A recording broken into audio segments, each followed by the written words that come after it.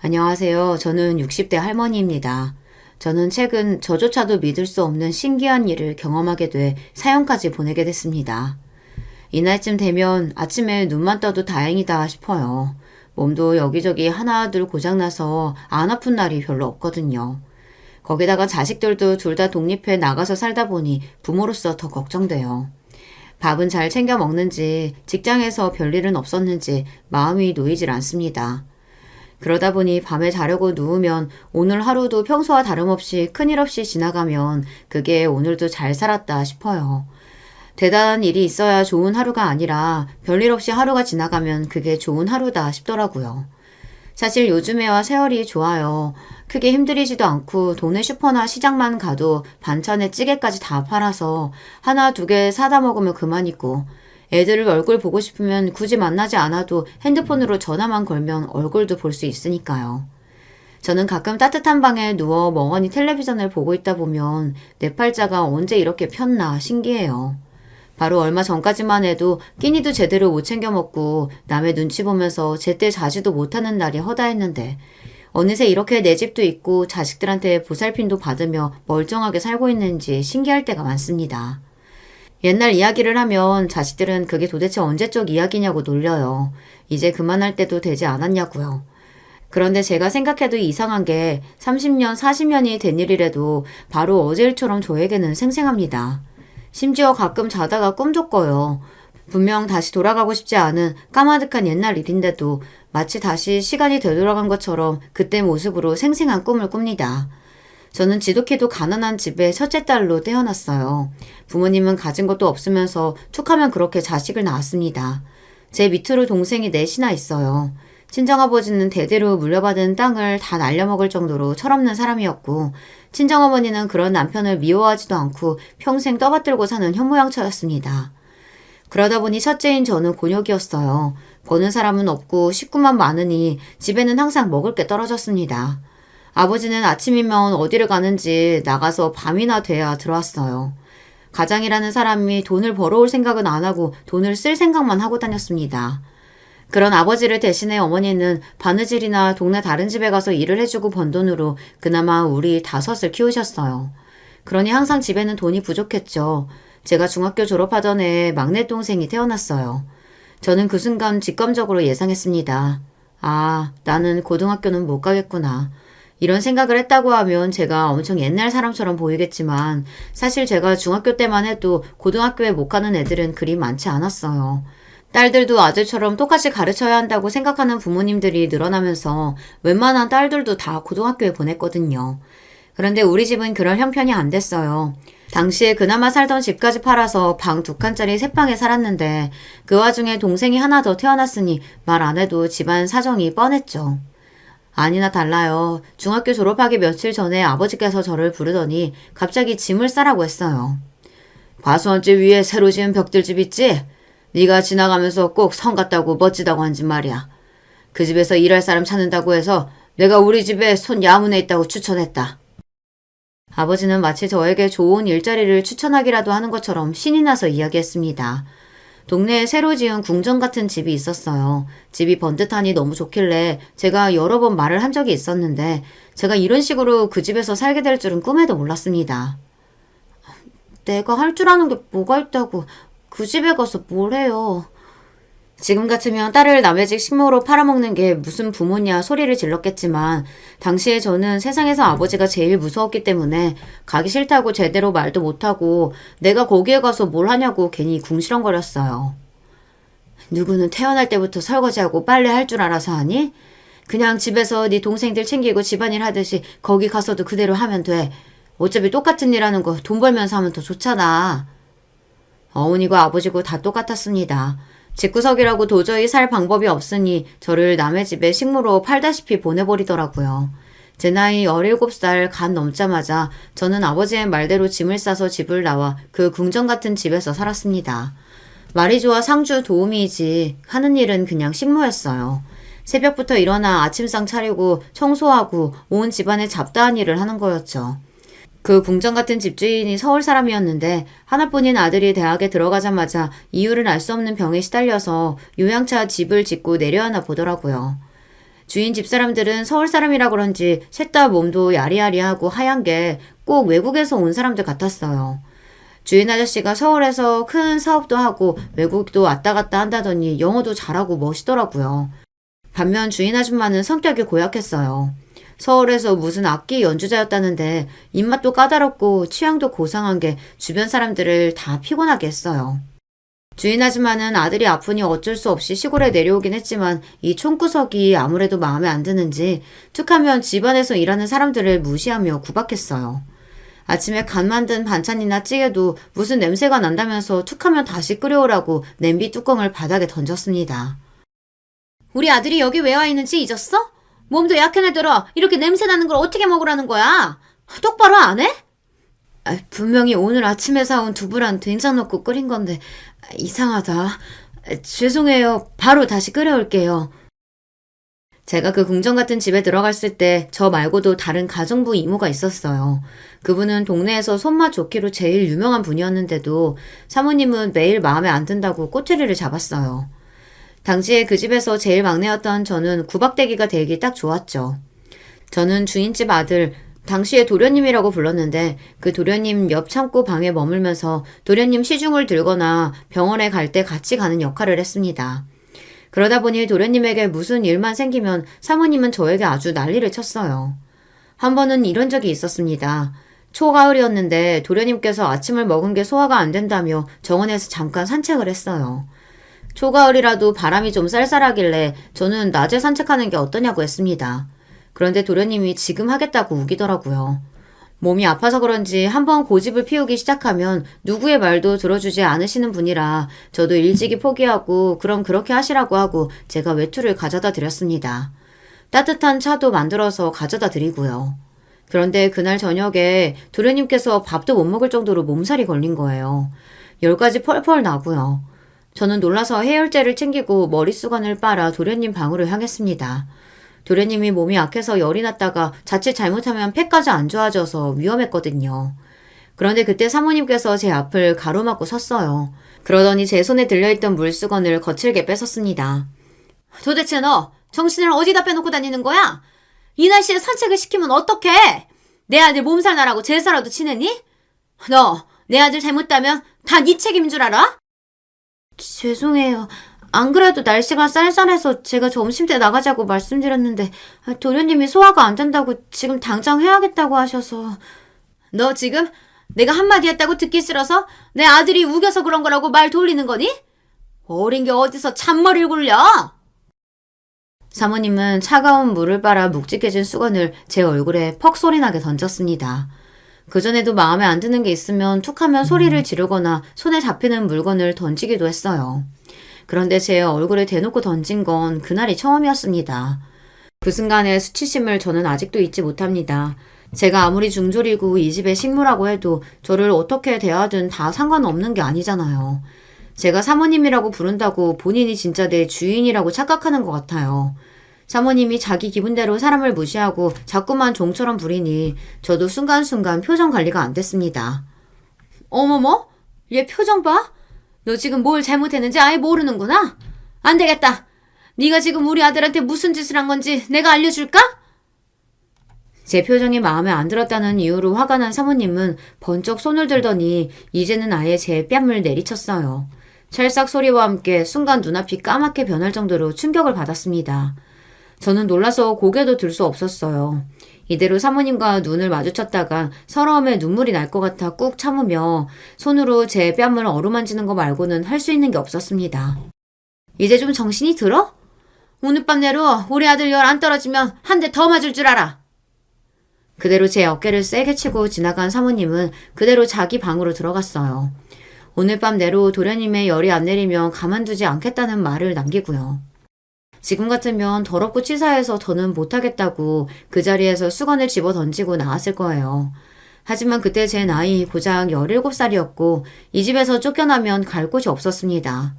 제가 그 집에서 버는 돈으로 동생들이 다들 학교에 다니고 있었고 어머니 무릎약도 살 수 있었으니까요. 거기다가 그나마 창고 방이라도 제 방이 있는 게 낫지.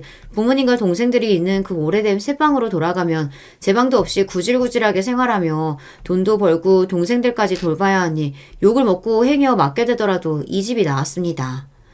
이왕 누군가를 돌봐야 하는 거라면 돈이라도 받고 좋은 집에서 사는 게 더 낫다는 생각이 들었거든요.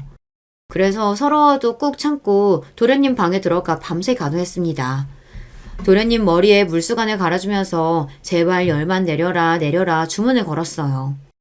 다음날 아침 다행히 열이 내린 도련님은 옆에서 졸고 있는 저를 깨웠어요. 그러더니 대뜸 저에게 고맙다고 하더군요. 네 덕분에 정말 죽다 살았다. 어제는 온몸이 너무 뜨거워서 진짜 이러다가 죽는 줄 알았어. 이 열 다 떨어져서 정말 다행이에요. 저는 이대로 도련님 안 일어나는 줄 알고 얼마나 놀랐는데요. 나 때문에 어젯밤 어머니한테 혼나고 고생도 많았지. 네 말대로 산책도 나가지 말았어야 했는데 내가 괜히 고집 피워서 미안해. 그나마 다행인 건 이 집에서 제일 귀하디 귀한 도련님께서 자기 엄마를 닮지 않아 성격이 좋았다는 겁니다. 제가 본인 때문에 사모님에게 매일 혼나고 있다는 걸 알고 있어서인지 최대한 제가 사모님 눈밖에 나지 않도록 도와주려고 했어요. 아니에요. 도련님이 일부러 그러신 것도 아닌데요, 뭐. 도련님 시장하시겠어요. 금방 아침상 준비해 올게요. 저는 어려서부터 가난한 집 장녀로 자라서 그런지 주제 파악이 빠릅니다. 도련님이나 집주인인 사장님이 저에게 잘 대해주셔도 절대 선을 넘지 않았어요. 사모님께서 집에서 일하는 사람들이 선을 넘는 걸 싫어하셨거든요. 가끔 사장님께서 퇴근하고 오시면 저나 가정부 이모에게 같이 저녁을 먹게 앉으라고 하실 때도 있고 명절 같은 날 하루 일찍 집에 가도 된다고 하실 때가 있었어요. 저는 그럴 때마다 사장님 말대로 하고 싶다가도 이내 괜찮다고 거절하고 원리 원칙대로 했습니다. 가정부 이모나 운전기사 분이 사장님께서 말한 대로 했다가 사모님한테 혼쭐이 나는 걸 여러 번 봤거든요. 도련님은 무슨 우리 집에서 같이 산 지도 이제 1년 넘었는데 그냥 오라버니라고 불러. 제 속도 모르고 도련님은 자꾸만 저에게 그냥 오라버니라고 부르라고 했어요. 오라버니라뇨. 제가 모시는 분인데 당연히 도련님이 맞죠. 혹여나 사모님께서 아시게 되는 날엔 혼쭐 나는 정도로 절대 끝나지 않을 것 같아 아니라고 손사래를 쳤습니다. 나는 좀 서운하다. 지금까지 난 너를 내 동생처럼 생각했는데 넌 고작 돈 받고 모시는 사람 정도로만 생각한 거야? 반면 도련님은 그런 저에게 서운하다고 했어요. 물론 도련님 마음을 모르는 건 아닙니다. 평소에 둘이 있을 땐 정말 남매지간처럼 사이좋게 지내기는 했어요. 사모님 모르게 찐빵이나 한과 같은 간식을 몰래 숨겨서 방에 가져다 주기도 했고 사모님 없이 둘이 기사님이랑 병원에 가는 날이면 저와 기사님에게 집에 가져다 주라고 양말이나 모자 같은 걸 사주기도 했어요. 사모님이 아시면 난리가 난다는 걸 도련님도 알다 보니 항상 사모님 몰래 챙겨줬죠. 그날도 전날 제가 사모님께 맞은 일로 혹시 우울해할까봐 걱정됐는지 도련님은 애써 저에게 계속 농담을 걸었어요. 그러면서 자신을 오라버니라고 부르라고 하더라고요. 사실 저도 처음엔 오라버니는 무슨 오라버니인가 싶어 며칠 더 도련님이라고 불렀는데 나중에는 도련님이 정색까지 하면서 사모님이 신경 쓰이면 둘이 있을 땐 그냥 편하게 부르라고 하더라고요. 본인도 저랑 허물없이 가족처럼 지내고 싶은데 자꾸 제가 도련님이라고 할 때마다 마음이 불편하다고요. 나도 여기 와서 아는 사람도 하나 없고 친구도 없어서 외롭고 우울했었는데 그동안 네가 내 옆에서 진짜 여동생처럼 조잘조잘 말도 잘 걸어주고 챙겨줬잖아. 그러니까 다른 사람 눈치 보지 말고 나랑 둘이 있을 땐 그냥 오라버니라고 불러줘. 나는 정말 괜찮으니까. 호칭이 그렇게 중요한가 싶었었는데 지내다 보니 호칭이 꽤 중요하더군요. 도련님 하면서 부를 땐 몰랐었는데 도련님 말대로 언제부턴가 오라버니라고 부르기 시작하니 정말 저와 도련님 사이가 남매지간처럼 느껴지더군요. 도련님에게 오라버니라고 부르기 시작하면서 오라버니는 저를 더 잘 챙겨줬어요.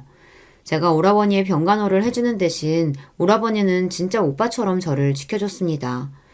제가 오라버니 곁에서 식모살이를 한 지 4년이 넘어가니 오라버니 얼굴에 살도 붓고 생기도 생겼어요. 몸이 점차 나아지니 제가 시장에 갈 때나 사모님 심부름을 갈 때마다 오라버니가 바람을 쐴 겸 차로 데려다주는 일이 많았습니다. 처음엔 사모님께서 그 모습을 달가워하지 않았어요. 아무리 드라이브하는 게 좋아도 그렇지 네가 집에서 일하는 사람 태우고 왔다 갔다 하는 거 보면 동네 사람들이 뭐라고 하겠어? 괜히 좁은 동네에 소문나봐야 좋을 거 없으니까 쓸데없는 짓 하지 말고 집에나 있어. 저와 오라버니의 나이가 몇 살 차이 안 나고 젊은 남녀다 보니 주변에서 괜한 말들을 하기는 했어요. 남의 일이라고 마음대로 떠드는 거 좋아하는 사람들이 워낙 많잖아요. 저와 오라버니가 같이 시장도 자주 가고 병원에도 드나드는 모습을 보고 둘 사이에 뭔가 있는 것처럼 소문이 났습니다. 그러다 보니 사모님은 더 저를 미워했어요. 결국은 저를 내보내겠다고까지 하셨습니다. 안 되겠다. 전현이 주제도 모르고 네 옆에서 날뛰니 내보내고 다른 사람을 구해야지. 말도 안 되는 소리 떠들고 다니고 여기저기 소문내는 사람들이 잘못된 거지. 잘못한 것도 없는 순영이를 왜 내보내요. 내가 누구 덕분에 이만큼 좋아졌는데. 누구 덕분에 좋아지긴? 너희 아빠랑 내가 희생하고 여기까지 같이 내려와준 덕분에 좋아진 거지. 암튼 너희가 아니라고 해도 난 오순영 그 애 더는 네 옆에 둘 생각 없으니까 너는 신경 쓰지 말고 있어. 내가 다 알아서 할게. 우리가 아니라는데 남들이 뭐라고 떠들든 무슨 상관이에요. 나랑 순영이는 진짜 남매지간이나 다름없으니까 어머님 제발 좀 그만하세요. 네가 내 아들인데 어떻게 저딴 애랑 남매지간이야? 말도 안 되는 소리 좀 하지 마. 네가 자꾸만 그렇게 물렁하게 구니까 저딴 것들이 들러붙는 거잖아. 들러붙긴 누가 들러붙어요. 말은 똑바로 해야지. 순영이가 아니라 내가 순영이가 필요해서 귀찮게 들러붙는 거예요. 그동안 오라버니가 사모님에게 큰 소리 내는 걸 본 적이 없었는데 그날은 오라버니가 처음으로 사모님께 반항했어요. 저를 좀 내버려 두라고요. 사람들은 안 믿을 수도 있지만 4년 넘게 한 집에 살면서 어느새 오라버니와 저는 정말 진짜 남매처럼 가까운 사이가 됐어요.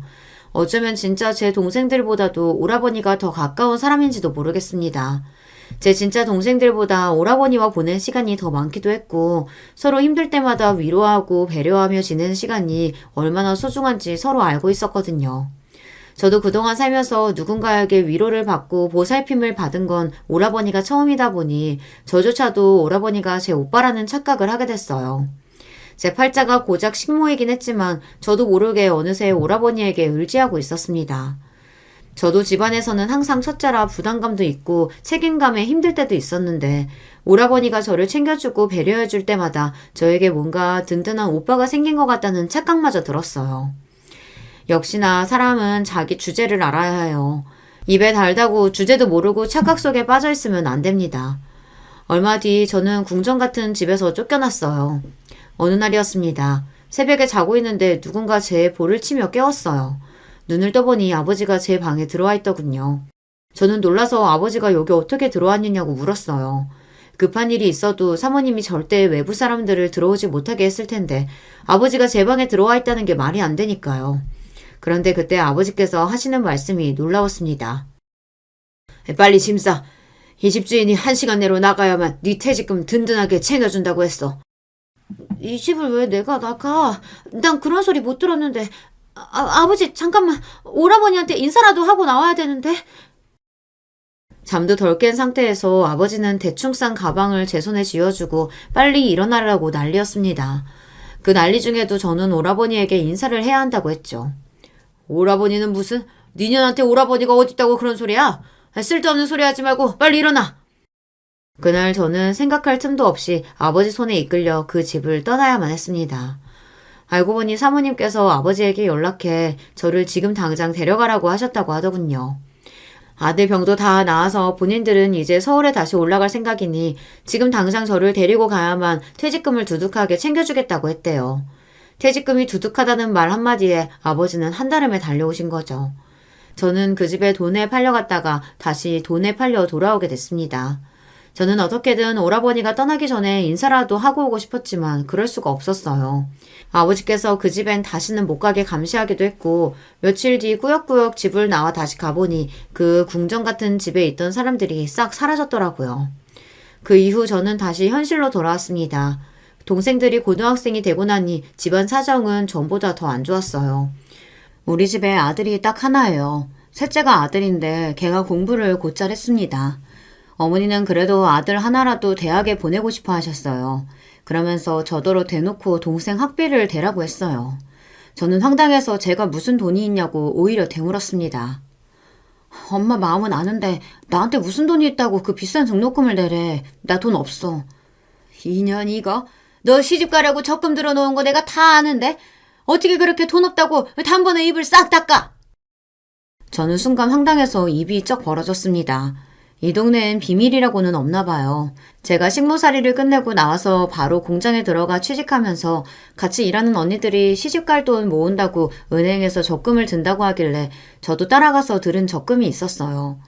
결혼 생각이 특별히 있는 건 아니었지만 혹시나 하는 마음에 들은 거죠. 갑자기 저한테 남자가 생겨서 결혼한다고 해도 부모님이 도와주실 리 없으니까요. 그런데 부모님은 그 돈마저 욕심냈습니다. 결국은 그 적금에 든 돈을 셋째 대학 등록금에 썼습니다. 거기서 끝이 아니에요. 몇 년 뒤 부모님께서 막내 등록금 이야기를 슬쩍 하시길래 저는 그 길로 도망치듯 집을 나와버렸어요. 생각 같아서는 부모님이 영영 못 찾는 곳으로 도망가고 싶었지만 그럴 수 없으니 결혼을 해버렸습니다. 당시에 제가 시내 공장에서 일하며 기숙사에서 일했었는데 서울에 있는 공장으로 파견 나온 직원 하나가 저를 마음에 들어 했거든요. 저는 이게 집에서 합법적으로 벗어날 수 있는 유일한 방법이라고 생각해서 바로 결혼했습니다. 그러고는 바로 남편을 따라 서울로 올라왔어요. 그 이후로는 친정을 벗어나 제법 자유로웠습니다. 동생들도 다들 커서 제 앞가림하기 시작하기도 했고 자식복 많은 우리 친정부모님은 착한 동생들이 잘 모셨거든요. 저는 남편을 따라 서울살이를 시작하고 아들과 딸을 낳았습니다. 그때가 제 인생에서 가장 행복했던 시기예요. 남편과 어린 자식 둘을 키우던 그때요. 남편은 저에겐 무뚝뚝한 사람이긴 했지만 자식들에게는 누구보다 자상하고 다정한 사람이었어요. 퇴근하고 오면 애들을 데리고 산책을 다니기도 하고 쉬는 날이면 언제나 아이들과 시간을 보냈습니다. 그때는 한 번씩 오래전 함께했던 오라버니가 떠오르기도 했어요. 당시에 몸이 다 회복됐다고 하기는 했었는데 정말 서울에 올라와서도 건강하게 잘 지내고 있나 한 번씩 생각나기도 했거든요. 그런데 행복도 잠시 제 팔자도 더러운 게 큰아들 중학생 때 남편이 갑자기 죽어버렸어요.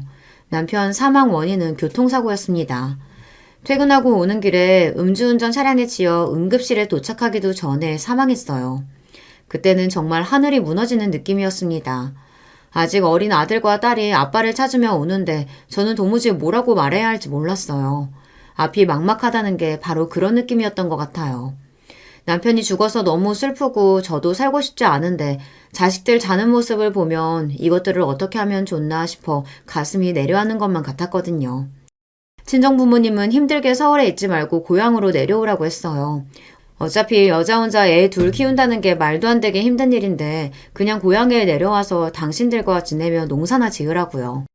당시엔 너무 힘들다 보니 친정부모님 말씀에 솔깃했습니다. 다 내려놓고 애들 데리고 다시 고향으로 내려갈까 싶었죠. 하지만 제가 그 집에서 어떻게 벗어났는데 지금 당장 죽을 만큼 힘들다고 다시 그 구렁텅이에 들어가나 싶기도 했습니다. 그런데 정신이 번쩍 들 만한 사건이 있었습니다. 친정부모님께서 너무 걱정하시길래 저도 고향으로 내려가는 거에 대해 진지하게 생각했습니다. 그런데 아무리 생각해도 저 혼자만 결정할 수는 없었던 게 아들놈은 공부를 잘하고 딸애는 끼가 많아요. 이런 아이들을 제가 좀 힘들다고 해서 그 시골에 데려가서 썩힐 수는 없었습니다. 그러던 중 말도 안 되는 일이 있었어요. 제가 일을 끝내고 퇴근하고 돌아오는 길이었는데 동네 부동산 앞에서 익숙한 얼굴을 발견했습니다. 어머니, 아버지, 여긴 어쩐 일이세요? 저는 어머니 아버지를 보자 뭣도 모르고 반가웠습니다. 제가 걱정돼서 아이들이라도 봐주시려고 올라왔나 보다 했죠. 그런데 착각도 자유더군요. 부모님께서 올라오신 건 저를 걱정해서가 아니었어요. 어머, 저기 아기 엄마 오네. 아기 엄마, 손님들 찾으면 연락할 테니까 집 좀 잘 보여줘요.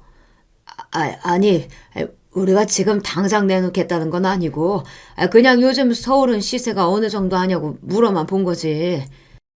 아이고, 저는 지금 내놓으면 얼마나 받냐고 물어보시길래 당연히 지금 내놓으려고 하시는 줄 알았죠.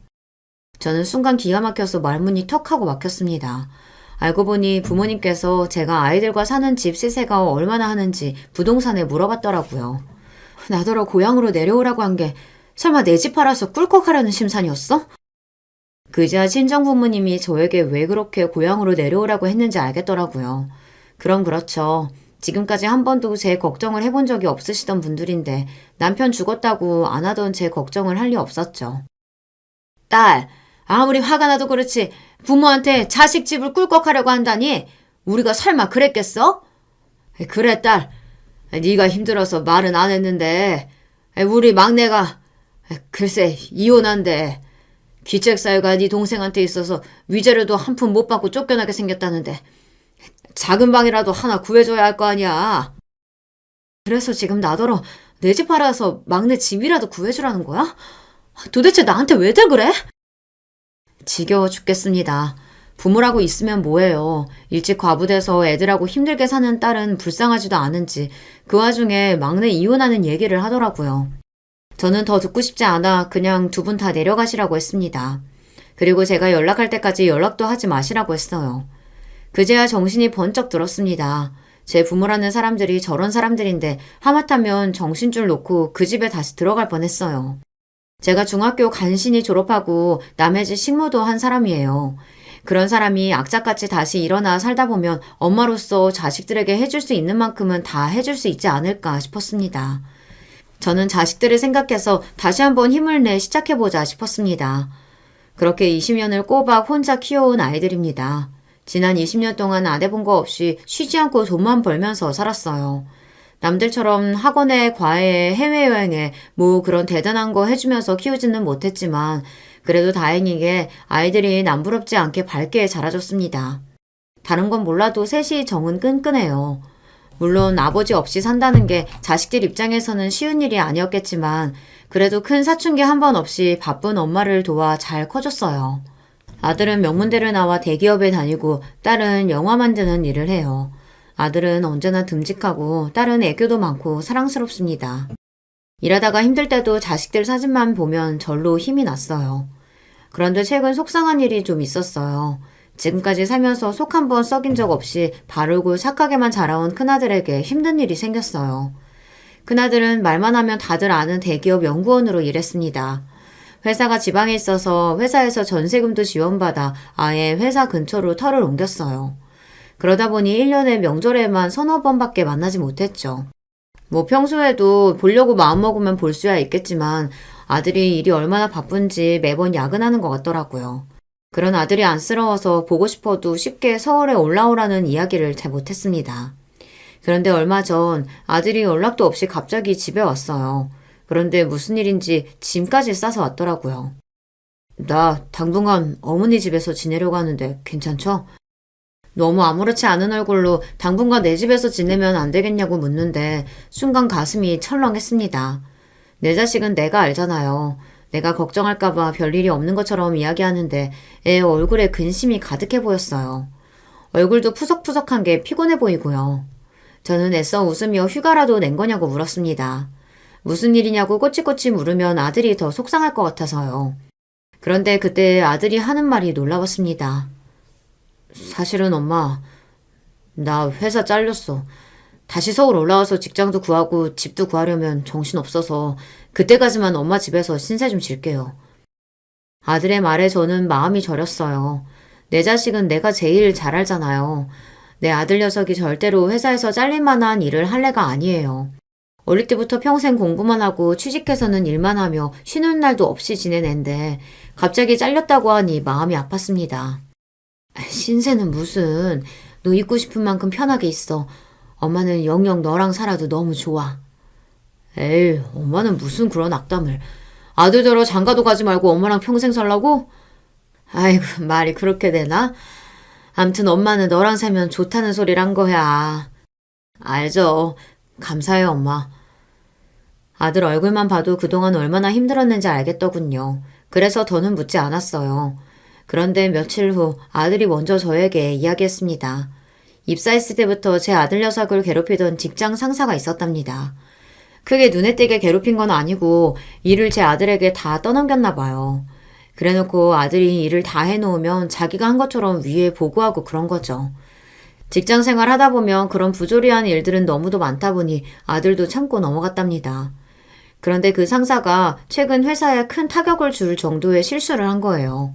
그런데 글쎄 그 나쁜 상사 새끼가 그 일을 제 아들에게 떠넘겼답니다. 자신이 아니라 우리 아들이 한 일이라고요. 그래서 아들이 잘리게 된 거래요. 저는 아들 이야기를 듣는 내내 화가 나서 참을 수가 없었어요. 도대체 어떻게 생겨먹은 놈이길래 남의 집 귀한 아들 앞길을 막나 해서요. 어떻게든 내가 한 일 아니라는 걸 증명하고 싶었는데 그 나쁜 새끼가 얼마나 철저하게 해놨는지 손쓸 방법이 없더라고.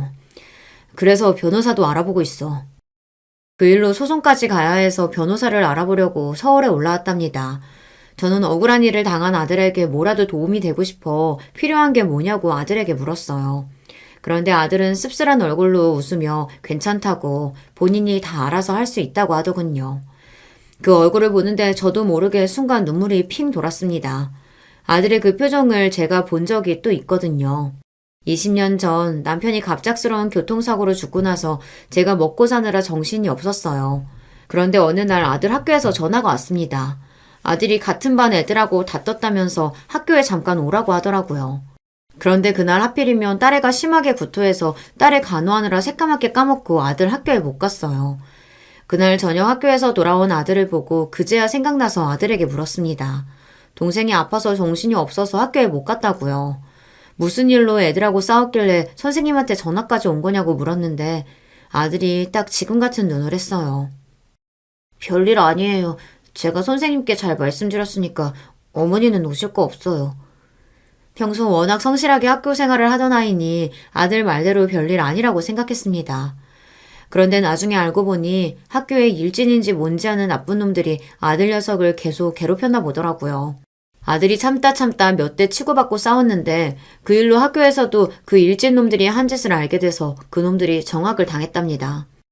그런데도 아들은 일절 저에게 말을 안 하고 별일 아니라고만 했어요. 이런 순간이 올 때마다 저는 가슴이 아픕니다. 아들에게 아무 도움이 안 되는 엄마라는 게 서글퍼서요. 남편이라도 살아있고 제가 조금 더 능력이 있는 엄마였다면 아들도 저에게 의지할 수 있었을 텐데 힘들어하는 아들에게 아무것도 해줄 수 있는 게 없다는 게 가슴이 찢어질 듯 아팠어요. 그런데 어느 날이었습니다. 큰아들 일로 다른 지역에 사는 친구에게 도움을 청해볼까 싶어 기차를 타러 가는 길이었어요. 그 친구 남편이 변호사라 상담을 좀 받아볼까 해서요. 그런데 기차역으로 내려가는데 생각지도 못한 사람을 만났습니다. 바닥에 박스를 깔고 몇몇이 바닥에 누워있는데 그중 익숙한 얼굴이 보였어요. 저는 설마 하는 마음으로 아닐 거야 라고 중얼거리며 그 사람에게 다가갔습니다. 그런데 이건 웬걸 허름한 옷차림으로 바닥에 누워있던 노숙자는 다름 아닌 제가 생각했던 사람이 맞더라고요. 오라버니? 오라버니 맞죠? 오라버니가 왜 여기서 이렇게 되셨어요? 내가 분명 아들 낳고 잘 산다는 얘기까진 들었는데 이게 뭐예요? 무슨 일이 있었던 거예요? 그 노숙자는 바로 40년 전 제가 식모살이 했던 집 아들, 제가 그 집에 사는 동안 오라버니라고 불렀던 바로 그분이었습니다. 20년 전인가 오라버니가 늦게 결혼해서 아들을 낳았다는 소리를 전에 같이 일했던 언니한테 분명히 들었는데 이게 무슨 일인가 했죠. 놀란 제가 달려가 오라버니의 손을 덥석 잡고 오라버니가 맞느냐고 눈을 맞추니 오라버니도 저를 빤히 바라보더군요. 오라버니도 분명 저를 알아보는 것 같았어요. 오라버니가 이런 곳에 누워있다는 것도 마음이 아픈데 오라버니 옆으로 소주병이 나뒹굴고 있었어요. 그 모습을 보는데 가슴이 철렁 내려앉았습니다. 오라버니 여기서 이러고 있지 말고 저랑 같이 가요. 우리 집에 가서 제가 따뜻한 밥 차려드릴게요. 저는 도저히 오라버니를 그렇게 두고 올 수 없어서 오라버니의 손을 잡아 끌었습니다. 저랑 같이 가자고요. 그런데 제 얼굴을 보고 씩 웃어 보인 오라버니는 슬쩍 제 손을 놓았어요. 우리 동생 잘 살고 있었구나. 나는 괜찮아. 난 여기가 좋으니까 너는 너 갈 길 가. 가서 잘 살아, 동생아. 순간 저는 울컥해서 눈물이 앞을 가렸습니다. 저에게 동생이라고 부르는 목소리가 40년 전의 오라버니의 목소리와 너무 똑같아서 가슴이 다 아렸어요. 저는 오라버니에게 잠깐만 여기 계시라고 하고는 급하게 주변을 돌아봤어요. 그러고는 눈에 보이는 은행으로 바로 달려갔습니다. 잠시 후 은행에서 나온 저는 곧장 오라버니가 있는 장소로 달려갔어요. 오라버니, 내가 지금은 이것밖에 없어서 우선 이것만 찾았어요. 오늘 날도 찬데 여기서 자지 말고 이 돈으로 꼭 모텔이라도 들어가서 주무세요. 이거 받아요. 이건 내 전화번호니까 오늘 한숨 자고 일어나서 나한테 전화해요. 무슨 일이든 내가 다 도와줄 테니까 꼭 나한테 전화해요. 기차 시간이 다 돼서 더 오래 오라버니와 있을 수는 없었지만 저는 돈봉투와 제 전화번호가 적힌 종이를 오라버니 손에 꼭 쥐어주고 기차를 탔습니다. 저도 돈이 좀 있으면 좋았을 텐데 당장 찾을 수 있는 돈이 100만 원밖에 없어서 100만 원 다 찾아 오라버니에게 줬어요. 남들이 들으면 노숙자한테 무슨 돈을 주느냐고 그래봤자 술만 사 먹을 거라고 하겠지만 술을 사 먹든 뭐를 하든 오라버니에게 주는 돈은 하나도 아깝지 않았습니다. 그 집을 나와 그동안 제가 결혼도 하고 자식까지 낳고 이 정도로 살 수 있는 건 다 오라버니 덕분이었으니까요. 저는 기차를 타고 내려오는 내내 마음이 좋지 않았습니다. 도대체 오라버니에게 무슨 일이 있었길래 그 부잣집 아들이 저꼴로 바닥에 누워 자고 있나 싶어서요. 그런데 그 다음 날 말도 안 되는 일이 벌어졌습니다. 정말 상상도 못한 일이 일어났어요. 지방에서 일을 보고 다시 서울로 올라오는 길이었는데 모르는 번호로 전화가 왔어요. 저는 혹시나 오라버니인가 싶어 바로 전화를 받았습니다. 그런데 저에게 전화를 걸어온 사람은 생각지도 못한 소리를 했어요. 오순영님 되시나요? 김영덕 대표님께서 지금 바로 뵙기를 원하시는데 혹시 지금 어디에 계신가요? 제가 금방 모시러 가겠습니다. 전화를 걸어온 건 오라버니의 비서라는 사람이었어요. 지금 당장 오라버니가 나를 만나고 싶어 한다면서 나를 데리러 오겠다네요. 금방 기차역에 도착할 예정이라고 했더니 알겠다고 하고 전화는 끊겼어요. 그런데 잠시 후 기차역에 도착해 밖으로 나갔더니 말도 안 되게 고급스러운 차 한 대가 저를 기다리고 있었습니다. 왜 그런 차 있잖아요. 드라마에서 나오는 리무진인가 그런 긴 차요. 그 차가 저를 기다리고 있었습니다. 저는 눈이 휘둥그레져서 차에 올라탔어요. 그리고 잠시 후 웬 커다란 건물 앞에 차가 멈춰섰고 오라버니의 비서라는 사람이 저를 에스코트해서 건물 맨 위층까지 올라갔어요. 비서가 안내한 사무실 앞에는 대표실이라고 적혀 있었습니다. 문을 열고 들어가자 안에는 어제와는 전혀 다른 모습의 오라버니가 서 있었습니다. 번듯한 양복 차림에 머리도 말끔하게 정돈되어 있더라고요. 저는 놀라서 말문이 턱 막혔습니다. 그런데 그때 오라버니가 저에게 천천히 다가왔어요. 우리 순영이 놀랐지? 어제는 내가 경황이 없어서 이야기도 제대로 못 나눴네. 이쪽에 좀 앉아. 아휴, 오라버니, 나 지금 꿈꾸고 있는 거 맞죠? 아닌가? 어제 본 모습이 꿈인가? 저는 정신이 없어서 횡설수설 말을 다 더듬었습니다. 그런데 정말 정신이 하나도 없었어요.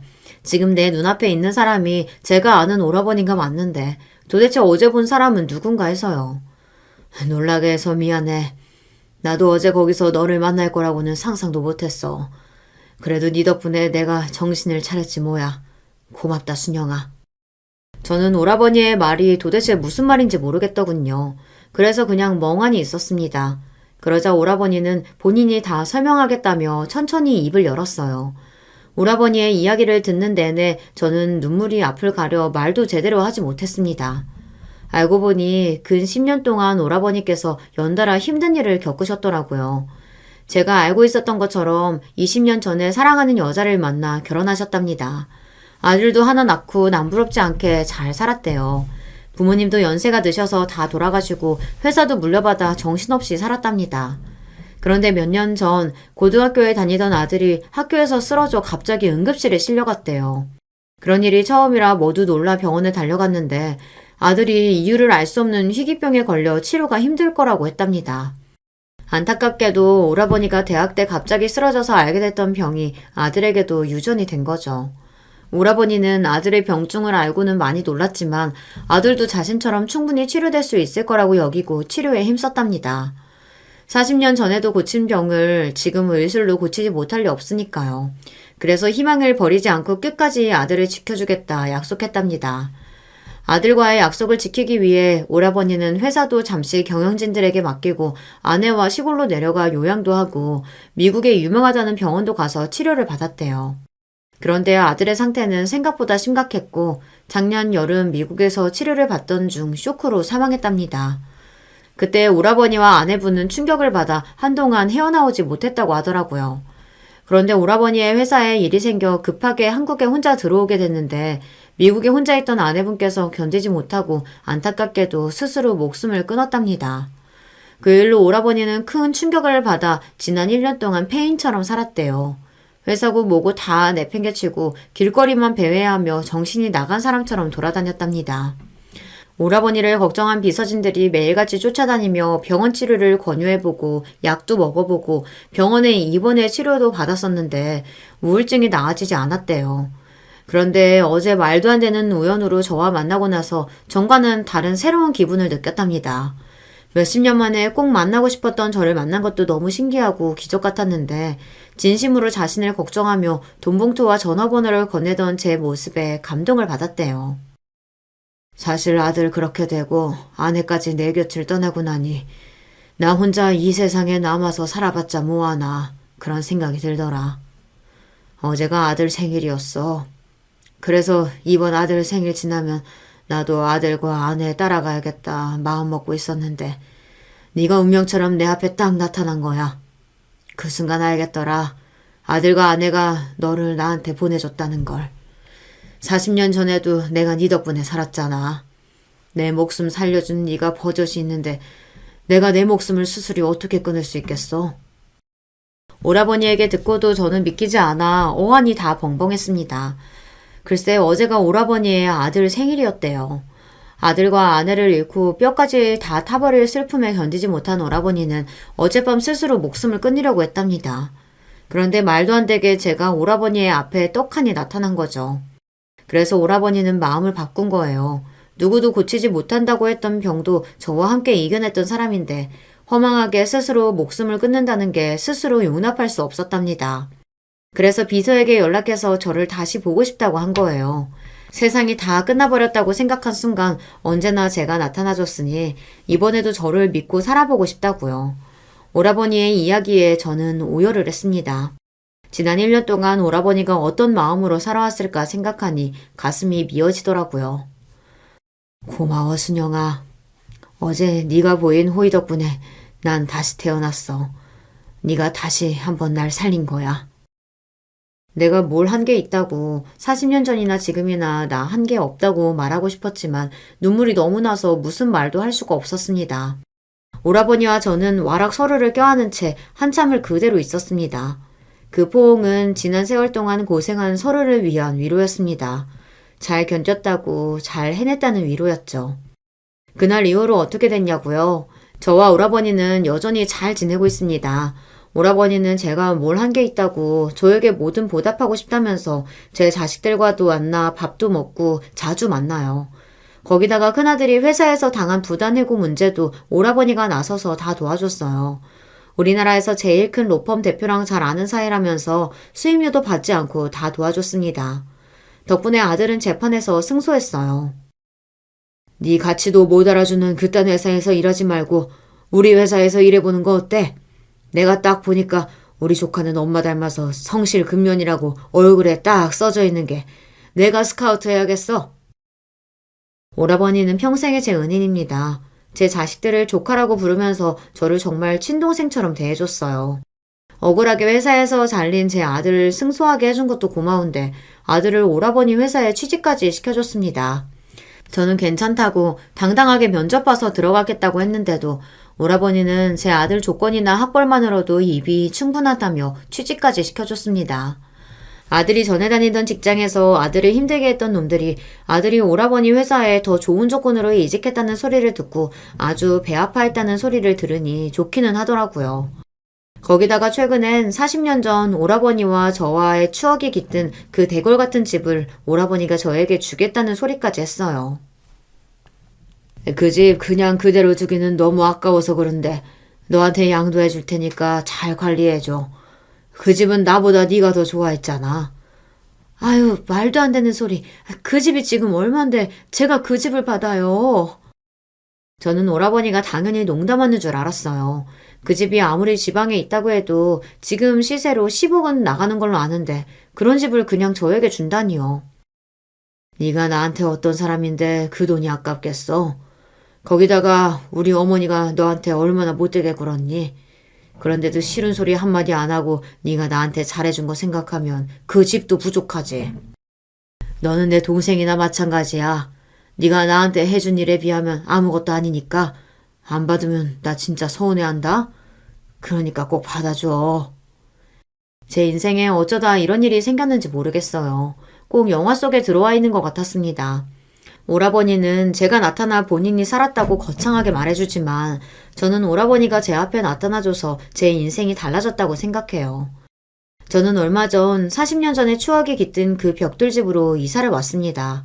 물론 오래돼서 여기저기 수리해야 할 곳은 많지만 이렇게 멋진 집에서 저의 노후를 보낼 수 있다는 것만으로도 너무 행복해요. 올해 연말은 이 집에서 오라버니와 아들과 딸과 함께 보낼 생각이에요. 함께한 세월이 얼마든 간에 남들이 뭐라고 하든 간에 남은 인생은 우리끼리 진짜 가족처럼 살기로 했습니다. 서로 위하고 도우며 그렇게 말이죠. 앞으로 우리 가족 건강하고 행복하게 살라고 응원하는 글 댓글로 많이 남겨주세요. 여러분의 댓글이 저에겐 너무 큰 힘이 될 것 같습니다. 두서없이 주절거린 제 이야기 끝까지 들어주셔서 감사합니다. 여러분의 가정에도 언제나 행운만이 가득하시길 바랄게요. 안녕하세요. 항상 듣기만 하던 이 채널에 제 경험담을 보내봅니다. 저는 밀린 냉장고 청소를 할 때, 팔고도 붙이고 욕실 청소를 할 때, 특히나 이 채널을 꼭 재생시켜 놓는답니다.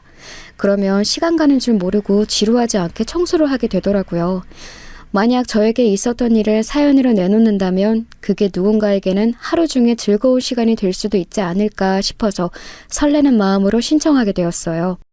저는 어쩌다 보니 시댁 집안의 맏며느리로 시집을 간 사람이에요. 남편이 삼형제 중에서 장남인데 실질적으로는 총 4형제라고 할 수 있습니다. 한 명은 남편의 사촌인데요. 집안 사정이 있어서 이 집 식구가 됐죠. 아무튼 이 사촌 형제까지 합쳐서 4형제인 건데요. 첫째인 남편은 공고를 나왔어요. 공업고등학교 다들 뭔지 아시죠? 거기를 나왔는데 남편이 원래는 공부 잘했었다고 해요. 그런데 중학교 재학 중에 그만 무서운 병에 걸리고 말았던 겁니다. 여러분 혹시 중2병이라고 들어보셨나요? 사춘기에서 겪을 수 있는 병 중에 가장 끔찍한 병이라고 하더군요. 나도 모르게 어느새인가 중2병에 걸렸는데 갑자기 세상의 부조리를 비난하고 싶어졌어. 그리고 어른들이 만든 사회의 틀에 맞서고 싶어졌지. 이제와 생각을 해보자면 내가 중학교 2학년 때부터 친구들을 잘못 사귄 영향이 컸던 것 같아. 그 친구들을 따라서 공고까지 간 거였거든. 친구 따라 강남을 가도 부족할 판에 공고를 간 거였어? 당신 그래놓고 엄청 후회했었지? 맞아, 후회했어. 공고는 그냥 폼 잡고 싶어서 간 거였거든. 생긴 것도 잘생겼고 여자애들과 잘 노는 놈들이 그 당시에는 부러웠고 동경의 대상이었지. 그래서 그놈들을 따라 공고까지 갔는데 1학년 마치자마자 후회돼서 매일 아침마다 울었던 것 같아. 아침마다 남편이 눈물 지었던 그 시기가 어느 때였는가 하면요. 4형제 중에 둘째, 그러니까 사촌 형제가 시댁의 일원으로 들어와서 필사적으로 공부하던 때였습니다. 공부하다가 코피가 주르륵 나서 휴지를 콧구멍 틀어막고 문제집 푸는 걸 어느 날 남편이 보고서는 깜짝 놀랐다는데요. 그 문제집이 중학생 단계가 아니라 고등학생 과정인 걸 보고 더 충격받았다고 합니다. 참고로 둘째는 그렇게 코피 터지게 공부해서 좋은 고등학교에 진학을 했어요. 외국어 고등학교 일명 특목고였죠. 자기 사촌동생의 대활약에 피눈물을 흘리며 후회한 남편은 그때부터 놓았던 공부를 다시 시작했고 꽤 괜찮은 대학에 진학할 수 있었습니다. 그래봤자 명문대 반열에 들어가는 곳은 절대 아니었고요. 나쁘지 않은 곳이었다는 거죠. 대학 졸업 후에는 널리고 널린 중소기업에 들어갔어요. 최저시급에 준하는 월급을 받고 다녔다는데요. 거기서 성실함을 인정받아서 임원의 눈에 들었고 회사의 중요한 일을 진행하는 팀에 낄 수 있었습니다. 그걸 잘 해내서 앞길이 잘 풀렸어요. 남편은 자기의 32살 생일을 딱 한 달 앞두었을 때 탄탄한 중견기업의 스카우트 제의를 받았고 그쪽으로 넘어갔습니다. 스카우트 제의를 수락하는 것, 그것을 남편이 망설이지 않게 한 존재가 있었으니 그건 바로 저였습니다. 저는 그렇게 확신하고 있어요. 왜냐하면 남편은 스카우트 제의를 수락하자마자 그 주말에 뭘 했는가 하면 저에게 청혼을 했거든요. 미선아, 우리 결혼하자. 앞만 보고 달려온 나에게 옆도 보고 뒤도 보라고 가르쳐준 여자, 그게 너야. 너와 내 남은 인생을 함께하며 가정을 꾸린다면 정말 행복할 것 같다. 저는 그때 놀라서 기절하는 줄 알았어요. 이 남자는 결코 이런 식으로 표현을 잘하는 남자가 아니었거든요. 제 말을 원치 안 듣는 남자였습니다. 데이트할 때 제발 그놈의 반팔 체크 남방 그만 입고 오라고 해도 말을 지지리도 안 되던 남자였어요. 그리고 제가 머리를 볶든 염색을 하든 예쁘다 이런 말을 절대 안 해줬습니다. 그런 건 바라지도 않네요. 황당한 게 뭐였던 줄 아세요? 아예 제가 머리를 새로 바꾼 줄도 몰랐어요. 제가 오죽하면 남편한테 이런 소리도 한 적 있었어요. 오빠, 내가 진심으로 하는 소린데 오빠는 내가 삭발을 하고 나타나도 모를 것 같아. 그랬더니 남편이 했던 말이 뭐였더라? 너무 기가 막혀서 제 기억에서 억지로 삭제를 해버려서 가물가물한데 아마도 어떨지 한번 진짜 삭발을 하고 와봐 였던가? 그랬을 거예요. 지금이야 결혼을 30이든 40이든 자기 하고 싶을 때 한다고 하지만 제가 결혼할 때까지만 해도 20대 후반이 되면 결혼 생각이 있는 여자들은 괜스레 조급해지고 내가 나이를 너무 많이 먹었나 이런 생각들을 하고 그랬습니다. 고민들이 대체로 다 비슷했어요. 그래서 제가 남편한테도 우리는 결혼 언제 해? 라고 몇 번 물어봤었고요. 그런데 그럴 때마다 남편의 대답은 한결같았습니다. 결혼 언제 하냐고? 글쎄, 그건 오직 하늘만이 알겠지. 그럴 때면 확시 그냥 헤어지고 다른 놈 만날까도 싶었죠. 하지만 제가 그러지 못했던 이유는 첫 번째는 정이었고요.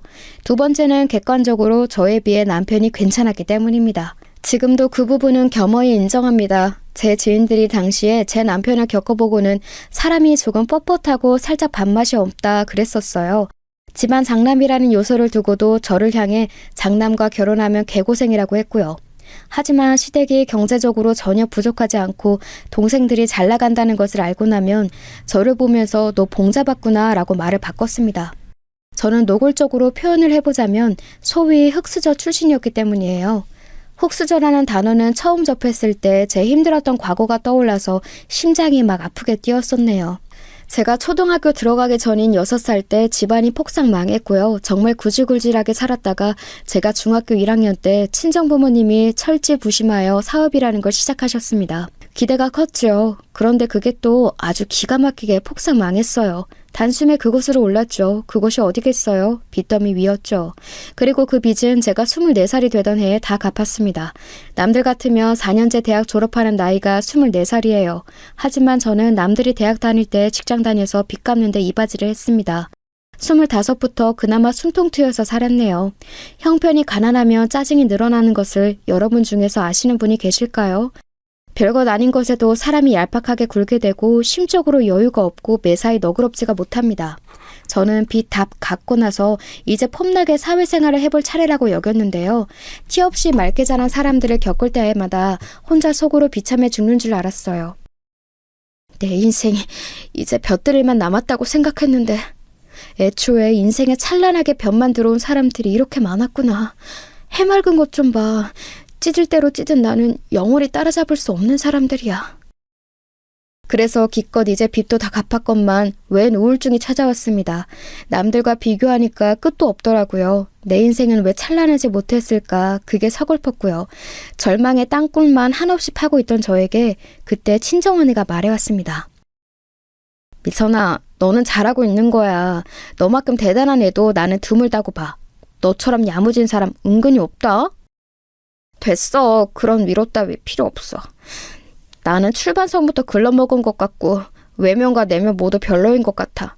밝은 척, 씩씩한 척, 사교적인 척하는 내가 구질구질해. 샤넬 짝퉁 지갑 사서 들고 다니는 내가 창피하다고. 그거 살 때는 나도 이제 샤넬 생겼어 라고 생각했었는데 가만 보니까 이게 무슨 소용인가 싶어. 어차피 나는 진품을 살 수 없는데 그냥 내 처지가 우습기만 하고 바보 같아. 너를 왜 바보라고 생각해? 야, 짝퉁 시장 규모가 얼마나 큰 줄 알아? 짝퉁 사는 사람 많아. 그거 샀다고 해서 네가 바보가 아니야. 언니, 나 짝퉁 지갑 사는데 15만 원 줬어. 암만 해도 내가 바보가 맞는 것 같아. 정교한 거라서 15만 원이면 싼 거라고 판매자가 그랬는데 내가 속은 거지. 눈탱이 맞은 거야. 실밥 다 튀어나온 짝퉁을 15만 원? 그거 원가 3만 원도 안 하게 생겼어. 비선아, 울지 말고 내 얘기를 들어봐. 너는 앞으로 결혼만 잘하면 장땡이야. 여자 인생 결혼 잘하면 그걸로 되는 거라는 말 나는 개인적으로 너무 싫어하지만 어떻게 보면 틀린 말도 아니더라. 눈탱이 맞은 걸로는 너는 결코 나를 따라올 수 없어. 나를 봐. 네 형부 같은 재활용 불가능한 놈을 만나서 개고생하잖아. 결혼 잘못해서 부모님 가슴에 대못 받고 내 코가 석자라서 부모님을 매번 도와드리지도 못하고 너는 앞으로 아침에 일어나서 한 번, 그리고 자기 전에 한 번 네 형부를 떠올리도록 해. 그러면서 다짐하는 거야. 그런 남자를 피해서 좋은 남자와 결혼하고 밝은 인생 살자. 갑자기 친정언니가 왜 이런 희한한 연설을 하는 걸까 싶어서 아리송했는데 곱씹으니까 틀린 말이 아니었을 뿐더러 묘하게 설득력이 있었어요. 잠깐만, 결혼? 그러고 보니까 나한테 슬슬 결혼 안 하냐면서 남자 소개시켜 주겠다는 언니들이 몇 명 있는데 그럼 소개를 받아볼까? 내가 왜 결혼 생각을 못했지? 솔깃해서 소개를 받아봤고 그 이후로는 연애를 시작했다가 상대의 이상한 면모에 깜짝 놀라서 헤어지는 과정을 반복했습니다. 그러다가 뭔가 지쳐서 이제 누구를 만나고 싶지 않아졌을 때였어요. 외근을 나갔다가 잠시 카페에 들러서 멍하게 앉아있는데 전에 헤어졌던 이상한 놈이 저를 발견하고 다가온 겁니다. 진짜 너무 이상한 놈이어서 헤어졌던 건데 이거 큰일 났다 싶었죠. 아니나 달라요. 그놈이 저한테 다가오더니 다짜고짜 쌍욕을 뱉었고 자기가 와서 만나주지 않으면 가만 안 두겠다고 했습니다. 제가 위기에 처했던 그때 옆 테이블에서 혼자 커피를 마시고 있던 남자가 일어나더니 다가와서 이렇게 말했어요. 여자분이 싫다는 표정 딱 찍고 있는데 그 앞에서 윽박을 질러? 이거 완전히 남자 망신 다 시키는 놈이네? 이상한 놈은 발끈하면서도 자기보다 덩치가 좋은 남자 앞에서는 차마 못 까불더군요. 그대로 주랭랑을 쳤어요. 저는 도움을 준 남자분께 고맙다는 인사를 드렸고 그게 남편과의 첫 만남이었습니다. 사실 제가 적극적으로 들이댔어요. 고마워서 밥 사고 싶다. 고마워서 직접 든 목도리를 드리고 싶다. 고마워서 영화를 보여드리고 싶다. 이런 수작을 끝도 없이 부렸죠. 그래서 사귀게 되었지만 결혼에 꼴이 날 수 있을지는 반신반의였습니다. 그런데 예고도 없이 저에게 청혼을 했던 거예요. 자기가 이제 좋은 곳에 이직하게 되었으니 청혼할 자신감이 넘친다고 그랬습니다. 꿈에 그리던 청혼인데 갑작스럽게 롯데월드의 롤러코스터 대기줄에서 받게 되다니 심지어 저희를 빼고는 남자 중학생 단체였어요. 중학생들이 휘파람을 불면서 놀려대는 가운데 저는 그 청혼을 받아들였습니다. 기쁨의 눈물인지 당황의 눈물인지가 그렇게 흐르더라고요. 시부모님께서는 저의 결혼을 무척 반기셨어요. 저는 제가 환영받을 거라고는 상상도 못했기에 너무 놀랐는데 시부모님께는 그럴 만한 이유가 있었죠. 시아버지께서 근엄하게 하신 말씀입니다. 장남보다 동생이 먼저 결혼해서 은근히 신경 쓰였는데 이제서야 마음이 놓이는구나. 얼른 결혼 날짜부터 잡자. 다름 아니라 형제들 중 셋째가 결혼을 가장 이르게 했던 거예요. 그래서 맏며느리인 저보다 셋째 며느리 동서가 시댁에 먼저 입성을 했습니다. 또한 둘째 시동생은 이미 그때 결혼할 상대가 있었어요. 그러니 시부모님께서는 장남은 언제나 결혼하나 이러면서 조마조마하셨던 거예요. 저희 부부의 결혼식 날짜를 더 이르게 잡으셨습니다. 저희가 결혼하고 나서 딱 반년 뒤에 둘째네가 결혼했고 마지막으로 넷째네가 결혼을 했어요. 저는 제 아래로 동서만 셋인 거였죠. 참고로 시동생들 직업은 둘째는 외국계 기업, 셋째는 회사 다니다가 금방 나와서 자기 회사를 작게 차렸기에 사장이었고 넷째는 대기업에 다녔습니다. 다들 내노라 하는 인재들이라고 할 수 있었네요. 그러니 제 남편이 중2병을 그토록 후회했던 거예요. 아무튼 이런 시동생들이 과연 어떤 여자들과 결혼을 했을까요? 자기들처럼 고학력자에다가 직업도 빵빵한 여자? 아니요, 딱히 그렇지는 않았어요. 사실 동서들은 하늘 일이라는 게 없다시피 했습니다. 자기 친정 식구들 하는 일에나 기웃거리면서 좀 거들고 그러면서 사는 실정이었죠. 집안 살림이나 열심히 하고 내조의 여왕으로나 거듭나고요. 그래도 되는 자격들이 동서들에게는 공통적으로 있었습니다. 왜냐하면 셋 다 집안이 잘 살았거든요. 저처럼 가난에 허덕이며 빚을 갚으며 각종 우여곡절을 겪어온 사람과는 전혀 딴판이 세상에서 살아온 사람들이었어요. 저는 몹시 당황했습니다. 설마 저 빼고 다들 유복한 집안 배경을 가지고 있을 줄이야. 이건 상상 밖이었어요. 사는 곳들도 그리 멀지 않은 데다가 시부모님께서는 전혀 티를 안 내고 사시고자 하는 겸손한 분들이셔서 그렇지 남편 말로는 부동산을 아주 든든하게 가지고 계신다고 했거든요. 그런 분들이니 딱히 직업도 뚜렷하게 없는 동서들이 시간이나 여유가 나면 시댁에 들러서 시부모님께 열과성을 다했습니다. 그렇기 때문에 시댁이라는 접점이 끊길 수가 없었어요. 자주 안 보고 산다는 선택지가 없었네요. 그런데 기분 탓인가? 동서들이 왜 나를 좋은 말로는 너무 편하게 생각하는 것 같지? 아무리 그래도 내가 집안 장남하고 결혼한 맏며느리인데 자기들하고 똑같거나 오히려 아래급의 사람으로 나를 보는 것 같네. 시간이 좀 지나자 저는 그런 생각을 하게 됐지만 굳이 티는 크게 안 내고 좋은 게 좋은 거라 생각하고 화합을 다지는 것에 목표를 세웠습니다. 남편도 그랬거든요. 잘 나가는 자기 동생들 앞에서 굳이 자기가 무게 잡고 싶지는 않으니까 동생들이 콧대 높게 까불든 말든 너그러운 마음으로 둔다고 했습니다. 저 역시 비슷하게 갈 생각이었죠. 그런데 둘째, 넷째 동서는 괜찮아도 셋째 동서가 문제였습니다. 사람이 되게 깝죽거리는 스타일이더라고요. 제가 가장 먼저 시집 왔으니까 사실상 며느리 설 1위인 거 형님도 아시죠? 어? 아, 그렇구나. 1위. 좋아 보인다. 그래, 동서가 그거 해. 저는 이미 유복하게 자라온 이들에게 열등감과 자격지심을 가져본 역사가 다 있었기에 이제는 이런들 저런들 어떠하리였습니다. 명품이 진품이면 어떻고 가품이면 어떠하냐는 생각으로 부처님 미소를 지어주었더니 처음에는 자기가 위를 선점해서 기뻐하던 셋째 동서가 점차 열받아 하더라고요. 형님의 그럴 때 제일 없어 보이는 거 아세요? 아무렇지 않은 척 하실 때요. 속으로는 나만 친정 백 없어서 쪽팔린다 이렇게 생각하시는 거 뻔한데 겉으로는 상관없는 척 하시니까 보는 사람 입장에서는 너무 웃겨요. 그러면서 정말 푹 파는 소리를 내더라고요. 그런데 옆에서 듣고 있던 둘째, 넷째 동서는 그런 셋째 동서를 나무라기는커녕 방관하듯이 모른 척을 했어요. 그게 뭐겠어요. 자기들도 내심 저 혼자 집안이 빈약하니까 저를 우습게 본다는 거였죠. 어이가 없었는데 유치한 장단에 맞춰주고 싶지 않아서 그냥 피식 웃겨 넘겼습니다. 그러자 셋째 동서가 저를 못마땅하게 째려봤죠. 사실 언제나 늘 항상 저를 날카롭게 째려봤어요. 눈의 가시를 보듯이요. 그걸 시부모님이 계신 자리에서도 잘만 행했기에 제가 참 어떻게 대처해야 할지 난감했습니다. 시부모님께서는 자식들끼리 며느리들끼리 자기 일들은 알아서 하라는 주의셨어요. 어린이 개입하는 걸 촌스럽게 보시는 듯 했습니다. 거드름 잘 피우는 자기 동생들을 제 남편도 너그러이 두는 마당에 제가 당최 뭐나 된다고 동서들에게 대체 무슨 명목으로 기강을 잡겠어요. 화딱지 나는 일은 친정언니와 통화하면서 풀어버리고 그저 물 흐르는 대로 살고자 했습니다. 그러다 보니 사실 시댁에서는 서열 정리라는 게 옳게 안 돼서 기강이 해이하긴 했어요. 며느리들 중에는 셋째가 혼자 나서서 시부모님께 아양도 떨고 둘째와 넷째를 자기 수족처럼 부리고 첫째인 저를 왕따시키고 모욕 주고 싶어서 늘 안달이고 그랬습니다. 시동생들은 부창부수라는 말처럼 셋째 시동생이 활발하고 드센 편이었는데 둘째도 약간은 만만치 않았네요. 아무튼 멀리서 보면 희극이고 가까이서 보면 비극인 시댁의 현황을 뒤집는 사건은 예기치 못한 지점에서 일어났습니다. 시댁은 캐나다에 친척을 두고 있는데요. 둘째 시동생이 사실은 그 집 아들입니다. 한국에서 살고자 하다 보니 시댁에 들어왔을 뿐이었죠. 아무튼 캐나다 집과 통화를 하시던 시아버지께서 갑자기 며느리들에게 한턱 쏘시기로 한 거예요.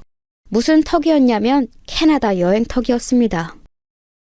내가 가만히 생각을 해보니까 이래저래 바쁘고 힘들다는 핑계로 다 같이 가족여행을 못 가본 데다가 우리 며느리들에게 내가 한 번도 뭘 해준 적이 없는 것 같더구나. 너희들 시어머니는 요새 건강이 안 좋아서 같이 못 가니까 어디 한번 너희들끼리 자유를 만끽하면서 여행이라 다녀와라. 난데없이 엄청난 제안이 떨어진 거예요. 여자들끼리 사이좋게 다녀오라고 하셨어요. 시아버지께서 추천해 주신 갑작스레 성사된 캐나다 여행을 마다할 사람은 아무도 없었습니다. 아버님, 카드는 제가 받을게요. 제가 청문하는 것에 혹시 의의 있으신 분 없죠? 그리고 셋째 동서가 나섰습니다. 그런 걸 가장 잘 알고 도맡아서 진행할 자신이 있다고 하니까 전적으로 맡기겠다고 했어요. 급하게 결정된 여행이었기에 단연 가장 먼저 이루어져야 할 것은 비행기표 예매였지요. 언제나 예매를 하려나 속으로 궁금해하고 있었는데 셋째 동서한테 먼저 아무 얘기가 없어서 결국은 먼저 연락을 해봤습니다. 아, 형님, 제가 연락을 드리려던 참이었는데 그 짧은 새를 못 참으시고 먼저 연락을 다 주셨네요. 좀만 기다리시지. 너무 궁금해서 연락을 해봤어. 표부터 예매를 해야 진행이 될 텐데 계속 아무 말이 없으니까 더 기다릴 수가 있어야지. 예매 다 해놨고요. 지금 바로 형님 카톡으로 형님표 예매 내역 전송해 드릴게요. 아, 그런데요. 자리가 다 따로라서 옆에 못 앉아갈 것 같아요. 그 이야기를 들었을 때 저는 출발까지 기간이 썩 많이 남지 않았기 때문에 자리들이 다 빠져서 그런 줄로만 당연히 그렇게 생각했었습니다. 대수롭지 않게 여기고는 수고했다, 고맙다고 인사까지 해준 후에 제 표를 확인했었지요. 가장 일반적인 등급 다들 뭔지 아시죠? 이코노미요. 저는 그 이코노미 일반석이었어요. 보고 나서 아무렇지도 않았습니다. 그런데 문제는 예매자 본인인 셋째 동서는 물론이고 나머지 동서들까지 전부 1등석 퍼스트 클래스라는 점이었어요. 둘째 동서가 자기 SNS에 자랑하겠다고 1등석표 예매 내역을 일부 가린 사진을 올린 걸 보고 알았네요. 기가 찼죠. 제가 둘째 동서에게 나는 일반석이다 그랬더니 당장에 그럴 리가 없을 텐데요 라며 놀라더라고요. 그래서 범인에게 연락을 해봤습니다. 셋째 동서가 처음에 변명하기를 자리가 없어서 그랬다네요. 1등석에 저까지 앉을 자리 수가 부족했다는 겁니다. 아, 죄송해요. 분명히 마음씨 넓은 형님이라면 아래 동서들에게 너그러이 1등석 자리를 양보하실 분이라고 생각해서 제가 멋대로 판단하고 그렇게 해버렸네요. 너무 어이가 없었지만 이미 가기로 한 여행, 시작 시점부터 괜히 초를 치지 말자 싶어서 그냥 입을 다물었습니다. 이런 기회에 1등석 타보고 싶어서 환장한 사람으로 비치고 싶지 않았던 게 솔직한 제 심정이었고요. 1등석에 자리가 더 없다는데 뭘 어쩌겠나 싶었습니다. 아쉬운 마음을 달래며 제가 문득 예매처 사이트에 직접 한번 들어가 보았어요. 그랬더니 이게 웬걸요? 기분 나쁜 반전이 저를 기다리고 있었어요. 아니 이게 대체 뭐야? 1등석에 지금 예매 가능한 자리가 2개가 남아있잖아?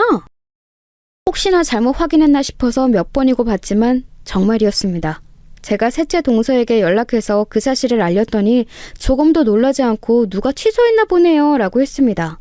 제 자리를 일반석으로 취소하고 1등석으로 할 수 있는지 자기가 알아보겠다고 그랬어요. 당연히 할 수 있는 문제를 가지고 말을 참 거창하게 한다고 속으로만 저는 그렇게 생각하고서는 셋째 동서의 연락을 오매불만 기다렸습니다. 그런데 그날 저녁이 되고 그 다음 날이 되어도 심지어는 거기서 하루가 더 지나도 연락이 없는 거예요. 셋째 동서가 알아서 잘 해줬거니 싶었지만 불안해서 예매처에 들어가 봤더니 1등석은 이제 다 나간 상태였습니다. 제 자리를 1등석으로 해줬다는 것으로 이때 생각했었죠. 그러니까 1등석이 이제 남아있지 않은 거라고 여겼어요. 하지만 셋째 동서는 다음과 같은 말로 제 뒤통수를 아프게 만들었습니다. 아, 형님, 그게요. 제가 1등석으로 예매를 하려고 보니까 이미 누가 자리를 채갔더라고요. 그래서 어쩔 수 없었어요. 그래? 어쩔 수 없었구나. 근데 그렇다면 왜 진짜 그렇게 됐다고 나한테 말을 안 해줬어? 그리고 이틀 전에 나하고 연락하고 나서 바로 1등석으로 알아봤던 거 맞아? 시간 끌다가 놓친 거 아니야? 형님, 왜 이렇게 예민하게 구세요?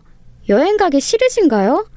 벌써부터 이렇게 예민하게 구셔서 사람 힘들게 만드실 거라면 그냥 여행 가지 마세요. 뭐라고? 저기 동서, 그 말은 지금 나한테 같이 가지 말자고 그러는 것처럼 들리는데? 동서는 내가 같이 가는 게 싫은가 봐? 그러자 셋째 동서는 제 성격이 예민하다고 투덜대면서 일방적으로 전화를 끊었습니다. 너무 속상해서 나머지 동서들에게 물어봤어요. 그랬더니 펄쩍 뛰면서 자기들은 결코 제 자리만 일반석으로 끊어져 있는 줄 몰랐다고 그랬습니다. 저는 저 혼자 너무 이렇게 일반석으로 가는 건 아닌 것 같아서 셋째 동서에게 그랬어요. 중간 등급인 비즈니스 자리라도 해달라고요. 저만 혼자 일반석으로 장거리 비행을 가게 된 걸 시부모님께 아시면 대체 어떻게 보시겠냐고. 그런 말까지 오죽하면 했네요. 그랬더니 셋째 동서가 보인 반응이 저를 뒤집어 놓았습니다. 어떻게 보시기는요? 그냥 잘 보시겠죠. 그리고 별 말씀 안 하시겠죠. 아, 진짜. 형님, 제가 이런 소리까지는 안 하고 싶었는데 결국 하게 되네요. 형님은 제발 주제 파악 좀 하시면 안 돼요? 지금 뭐라고 그랬어? 뭐? 주제 파악? 동서, 어떻게 나한테 그런 소리를 해? 솔직히 말해서요. 형님하고 나머지 저희하고는 그게 다르잖아요. 급이라는 게 너무나도 달라요. 형님은 저희들하고 아예 급이 안 맞는데 뭘 자꾸 동등해주고 싶어서 기웃거리시나요? 그러실수록 사람이 볼품없어 보이는 거 본인은 모르시죠? 뭐라고 하는지 모르겠고 동서 인성 수준이 낮다는 건 알겠어. 동서, 아버님이 이거 경비 다 지원해 주셔서 그걸로 가는 건데 왜 동서가 멋대로 구는 거야? 급? 그래, 급 나누는 거 다 좋다 이거야. 그런데 그 급 나누기를 왜 아버님이 경비 대신 여행해서 하는 거냐고. 동서야말로 자기가 뭐라도 크게 된다고 생각하나 봐? 네, 적어도 형님보다는 뭐 되는 사람 맞아요. 객관적으로 그렇잖아요. 뭣도 안 되는 형님께서는 이제 아버님께 쪼르르 가서 이르실 건가요? 에이, 설마 그러실 건 아니죠? 저 같으면 그냥 얌전히 주제 파악하고 일반석에 앉아서 가겠어요. 언감생신, 그렇게라도 잘난 동서들하고 캐나다 여행 가는 거 감지덕지로 여기셔야죠. 그러면 될 것 같기도. 하여간에 말 한 번 더럽게 많아. 지금 끝에 덧붙인 그 말은 뭐야? 동서, 말하는 꼬라지가 원래도 별로였는데 지금 보니까 그 어느 때보다도 심각하네. 내가 동서 좋으라고 참는 거 절대 아니고 좋게 가자고 좋은 마음으로 마련된 여행이니까 그래서 내가 좋게 참는 거야. 알아들어? 제가 가슴에 참을 인자를 새기면서 외쳤고 셋째 동서가 코웃음 치는 소리를 마지막으로 전화를 끊었습니다. 전화를 끊고 나니까 오히려 화가 점점 더 밀려오더라고요. 왜 제가 이딴 취급을 당해야 하나 싶어서 서글픈 마음도 잠시 들었습니다. 시어머니께서 무릎도 안 좋으신 마당에 제가 괜히 걱정거리 안겨드리면서 여행을 망쳐놓으면 안 된다는 생각으로 마음을 일단 다스려봤는데요. 계속 화딱지가 나는 것만은 어쩔 수가 없더라고요. 둘째, 넷째 동서한테는 그냥 나는 1등석에 못하게 됐어 라는 말만 간략하게 전했습니다. 그러자 둘 다 엄청 당황하면서도 그뿐이었고 별다른 조치를 취하지는 않더라고요. 빈말이나마 저랑 바꾸실래요? 이런 말도 안 해왔고요. 그래봤자 제가 거기다 대고 그럼 바꿔줘 이렇게 말할 사람이 절대 못 된다는 것을 두 사람도 알았을 텐데 그럼에도 작은 성의조차 안 보인 것에 무척 씁쓸했지요.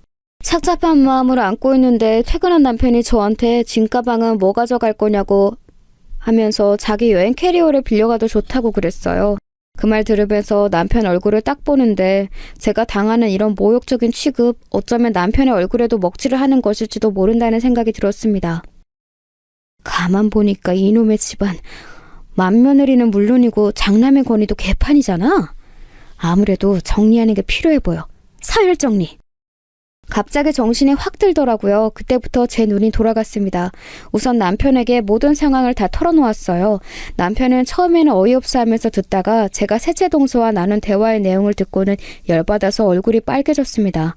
자기가 집안 장남으로서 권위가 없기 때문에 아내인 저도 그런 취급을 당한 거라고 왠지 은연중에 그렇게 생각하는 듯 했어요. 그러니까 얼굴이 벌겋게 된 채로 입을 꾹 다문 거였죠. 저는 제가 떠올리는 아이디어를 남편에게 공유하였고 다 듣고 난 남편은 자기도 따르겠다고 하였습니다. 그렇게 미친 행각이 시작되었지요. 우선 저희 부부는 시부모님 설득부터 들어갔어요. 어떤 설득이었는가 하면 며느리들과 함께 이번 여행에 동참해달라는 것이었습니다. 시어머니께 제가 천천히 걸으시면 되고 어디 많이 걸으실 필요도 사실 없고 그저 함께 여행을 갔다는 것에 의의를 두면 좋을 것 같다고 그랬어요. 제가 잘 챙겨드리겠다고 말씀도 드렸고요. 그러자 시어머니께서 고심하시는 얼굴로 이렇게 얘기를 해주시더군요. 사실은 내가 요새 가슴이 답답해서 어디든 바람 쐬러 나가고 싶었는데 캐나다까지 비행기는 거창한 것 같고 무엇보다 내가 무릎이 쑤시고 아픈데 이런 내가 며느리들한테 짐이 될까봐 걱정스러워서 차마 따라 나서겠다고 하지 못했거든. 아휴, 그런데 같이 가자고 조르는 소리를 듣고 나니까 마음이 막 그쪽으로 기우네. 그러자 시아버지께서 펄쩍 뛰셨어요. 어디 가고 싶으며 진작에 말을 하지 그랬냐고 하시면서 저를 향해 네 시어머니도 캐나다 가는 걸로 하자 이렇게 말씀을 하셨습니다. 저는 셋째 동서가 맡은 일이 많아서 정신 없을 테니까 시어머니께서 합류하는 건 제가 전적으로 도맡겠다고 했습니다. 그리고 나서 남편은 자기 동생들에게 연락을 했지요. 반드시 꼭 각자 아내를 공항까지 배웅하라는 당부였습니다. 시큰둥해하는 시동생들은 이건 시부모님의 명령이라는 남편의 덧붙임이 있고 나서야 어영부영 알겠다고 했다네요. 그리고 마침내 출국 당일이었습니다. 일찌감치 모두가 공항에 모였어요. 시부모님도 계시는 것에 동서들이 깜짝 놀랐습니다. 제가 큰 소리로 외쳤지요. 아버님, 어머님, 저희는 느긋하게 움직여도 되겠어요. 시간을 워낙 넉넉하게 맞춰왔으니까요. 아, 그런데 동서들은 서두르는 게 낫지 않겠어? 1등석은 내가 알기로는 비행기 탑승도 가장 먼저 할 수 있는 특혜가 있던데 비행기 먼저 타서 앉는 거 중요하지 않겠어? 저의 외침에 동서들을 제외한 모든 사람들의 고개가 휙 돌아갔습니다. 동서들을 향해서 말입니다. 당황해서 눈만 조용히 굴리는 동서들에게 시아버지께서 의아한 물음을 던지셨어요. 1등석? 어째서 너희만 1등석인 거야? 무슨 이유로? 아니, 대체 어쩌다가? 그리고 시동생들이 서로 당황한 눈빛들을 교환하면서 어쩔 줄 몰라 했지요. 그걸 보면서 남편의 화를 눌러 찬문 목소리로 물었습니다. 야, 너희들 진짜로 몰랐어? 제주씨들만 1등석 예매한 거 정말로 몰랐던 거야? 아무 말도 못 들었어? 그러자 시동생들이 거의 동시에 고개를 막 흔들면서 전혀 몰랐다고 답을 했습니다. 이쯤에서 시아버지께서는 이게 다 무슨 일인가 싶으신 한숨을 푹푹 내쉬셨지요. 남편이 자기 동생들을 매섭게 혼내기 시작했어요. 너희들은 각자 일에만 빠져 사는 놈들이니 자기 아내들이 무슨 비행기를 어떤 자리에 앉아서 가는지 몰랐을 수도 있겠네.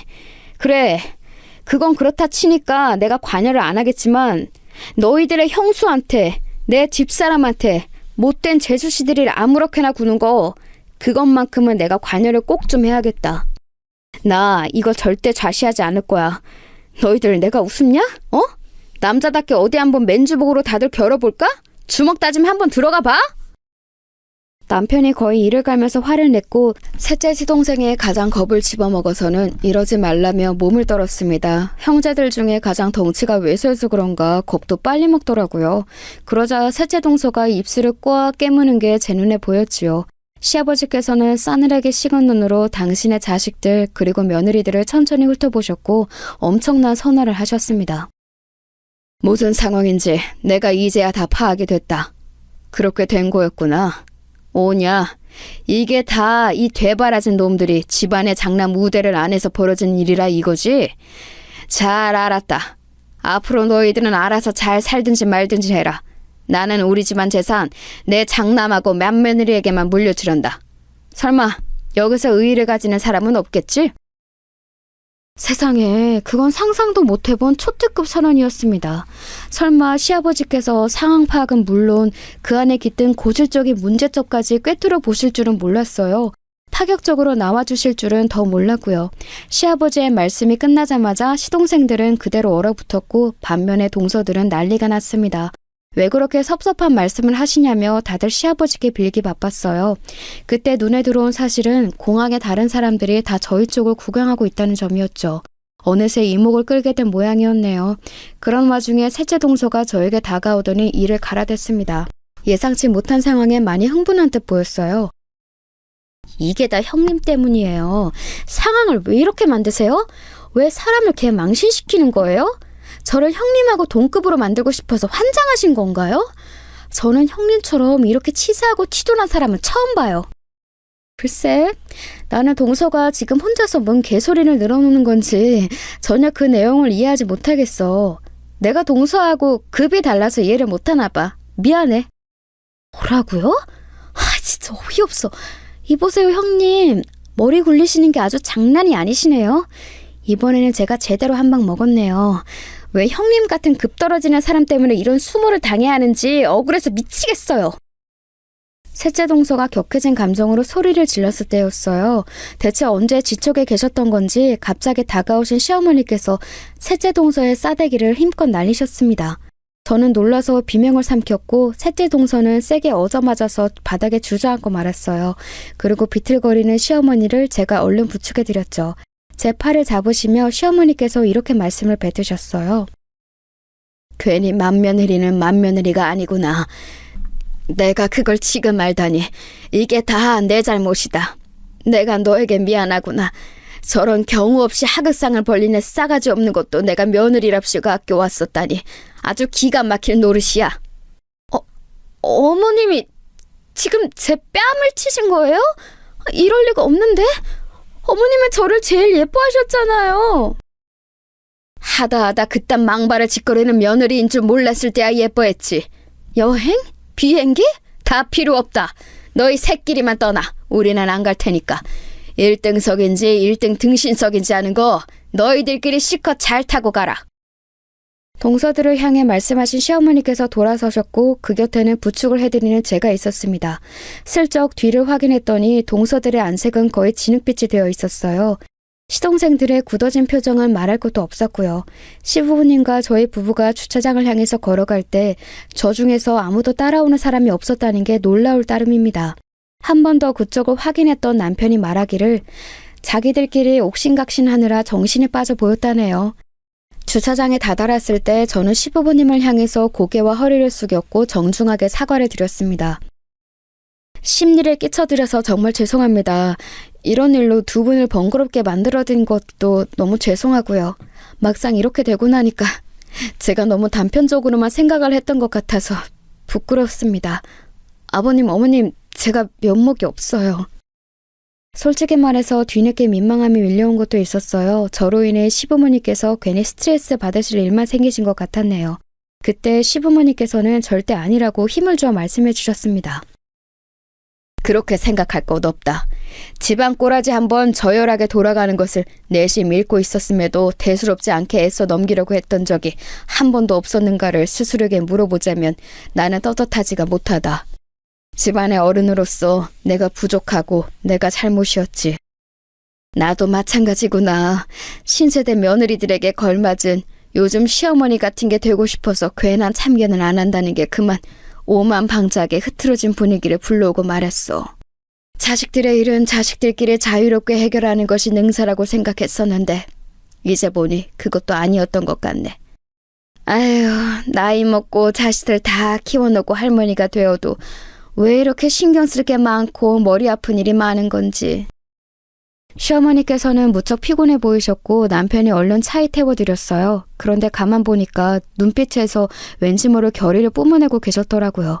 시아버지께서는 시어머니와 짧게 무슨 대화를 나누시더니 지체 없이 어딘가로 전화를 거셨습니다. 그곳은 바로 캐나다였죠.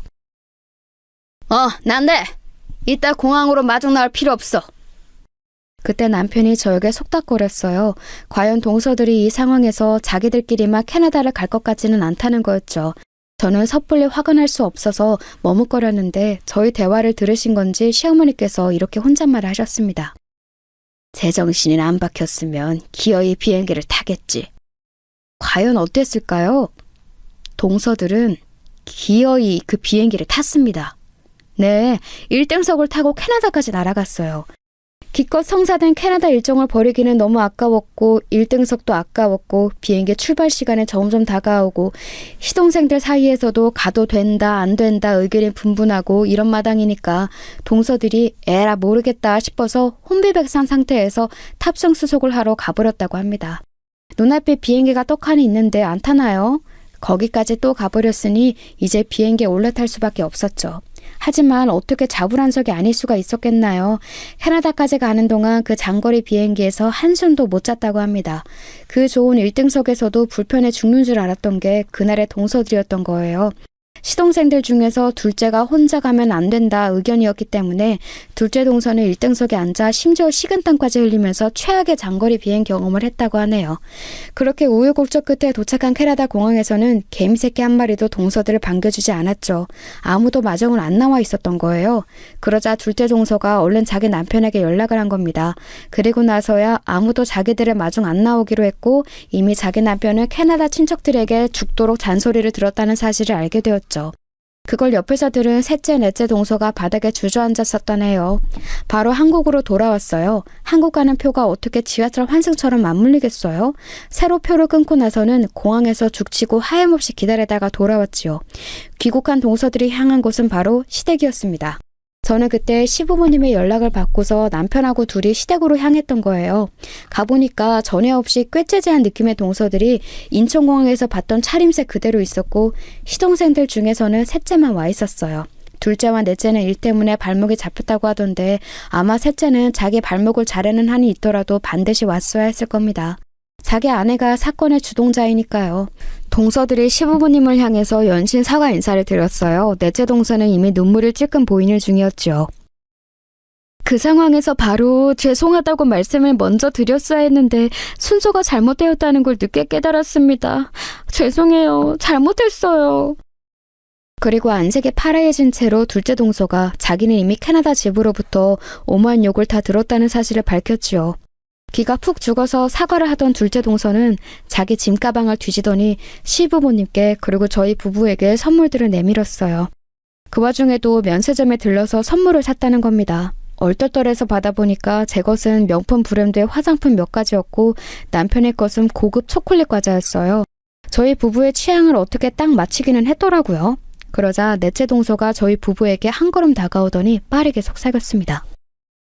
저도 이거 같이 골랐어요. 같이 면세점 돌면서 고른 거예요. 그걸 들은 셋째 동서가 단박에 눈을 부라리며 분개했습니다. 아니 어쩜 나 몰래 둘이서만 작당해서 면세점을 돌 수가 있어? 나 몰래 그런 것들은 대체 언제 산 건데? 자기들만 상한 빠져나가고 싶어서 얄밉게 구는 것 좀 봐.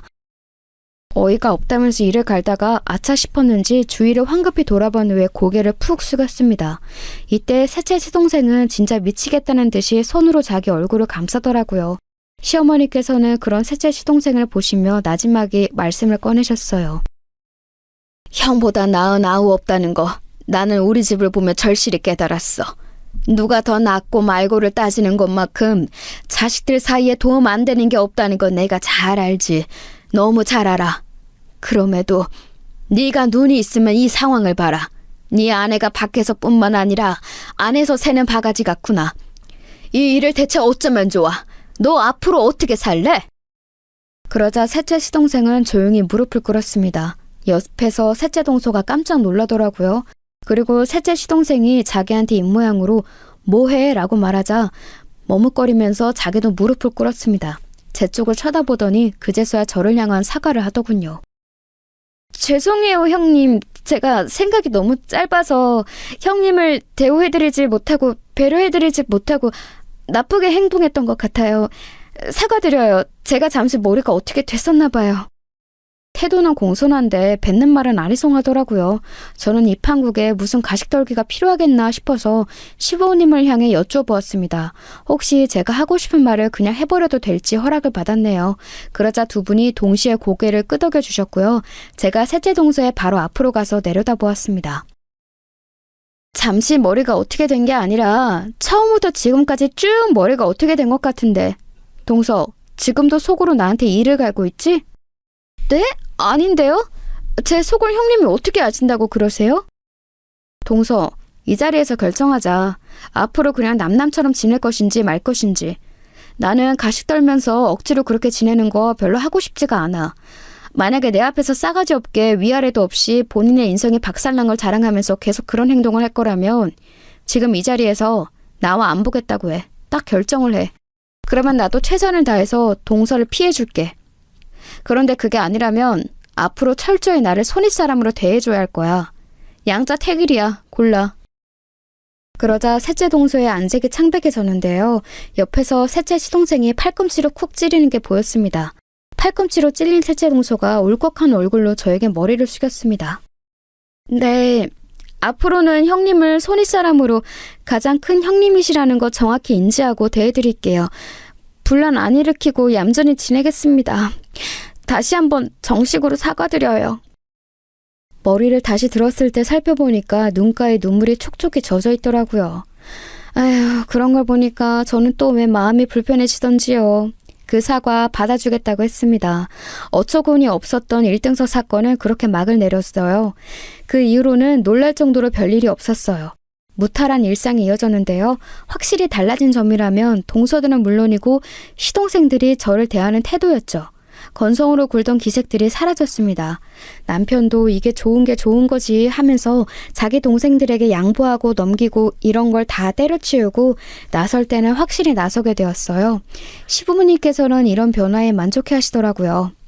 다행이었습니다. 셋째 동서는 저에게 숙이는 것이 자존심 상하는지 초반에는 뚱하게 있을 때가 잦았는데 인간은 적응의 동물이라고 하잖아요. 시간이 좀 지나니까 자기도 슬슬 익숙해졌는지 저에게 이제 안 까물고 말도 착하게 하고 그렇게 됐습니다. 다만 원체 사람끼리 조합이 잘 맞는 건 아니었으니까요. 셋째 동서와 제가 갑자기 친자매처럼 친해졌다든가 우애가 깊어졌다든가 그런 일은 없었네요. 서로에게 기본 할도리만 잘하는 것, 그것만으로도 족하다고 생각해요. 둘째 동서하고는 꽤 친해졌어요. 1등석 사건 이후로 딱 1년이 지났을 때 둘이서만 제주도 여행을 2박 3일로 다녀왔을 정도면 친한 거 맞죠?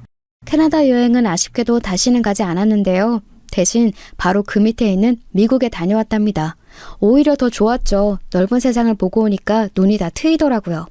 안주하며 살기 싫어져서 저는 새롭게 공부도 하고 경력도 쌓기 시작했어요. 현재는 거의 쉬는 날도 없이 카메라 들고 밖에 나가서 작업을 하며 지낸답니다. 좋아하는 것을 찾아서 하기 시작했을 뿐인데 제가 운이 좋은 건지 돈도 따라오기 시작해서 남편이 저에게 마님이라고 부르네요.